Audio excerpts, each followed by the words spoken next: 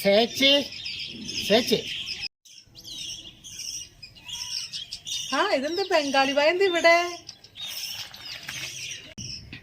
ഒന്നുമില്ല ചേച്ചി, പണിയില്ല ചേച്ചി, ഭയങ്കര പണി നഹി ചേച്ചി, ഒന്നും ചേച്ചിയില്ല, വിശക്കുന്ന ഒന്നുമില്ല, പൈസ മണിയില്ല, പോണ ഭയങ്കര കഷ്ടപ്പാട്, പണിയുണ്ടാ. അയ്യോ ബായിനിപ്പോ ഞാൻ എങ്ങനെയുടെ പണിക്ക് നിർത്തണേ? ഇവിടെ ഇപ്പൊ ബായി പണിയെടുത്താലും ബായിക്ക് തന്നെ എന്റെ കയ്യില് പൈസ ഇല്ല. ഇപ്പൊ ഗൾഫിൽ പോയവർക്ക് പോലും ശമ്പളവും ഇല്ല, ഒന്നുമില്ല, ജോലിയില്ല, ഒന്നുമില്ല. കേരളത്തിൽ ആരുടെ കയ്യിലും പൈസ ഒന്നുമില്ല ബായി, എല്ലാരും കഷ്ടപ്പാട് തന്നെയാ. ഞാനിപ്പോ എന്താ ബായിയോട് പറയാ?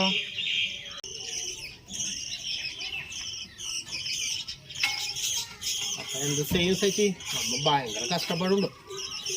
അവിടെ വീട്ടിലൊന്നും അയക്കുന്നില്ല, ഇവിടെ ഭയങ്കര ഇതന്നെ പ്രശ്നമാണേ. ഒരു ജോലിയില്ല.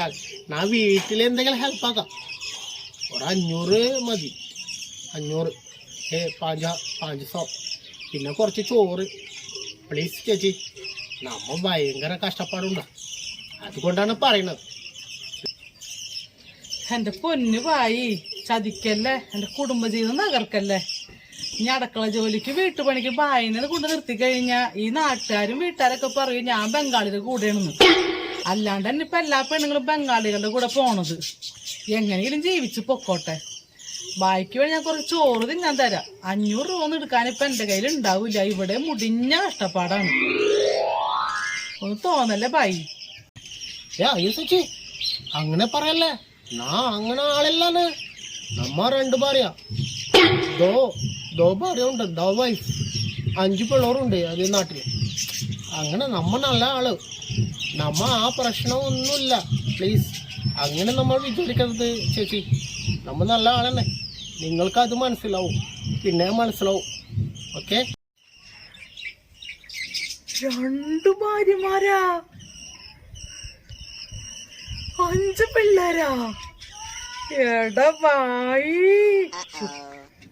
അയ്യോ ബായി, ഇതൊക്കെ നിന്നെ കണ്ടാ പറയില്ലല്ലോ.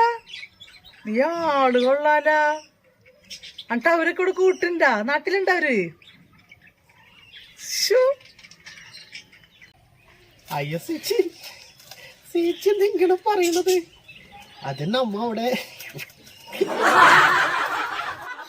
അവന്റെ ഒരു നാണം. എന്തായാലും ആള് കൊള്ളാം.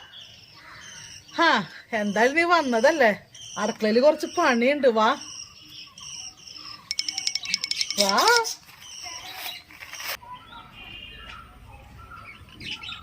ചേച്ചിക്ക് എന്താ പറയാ ശരി?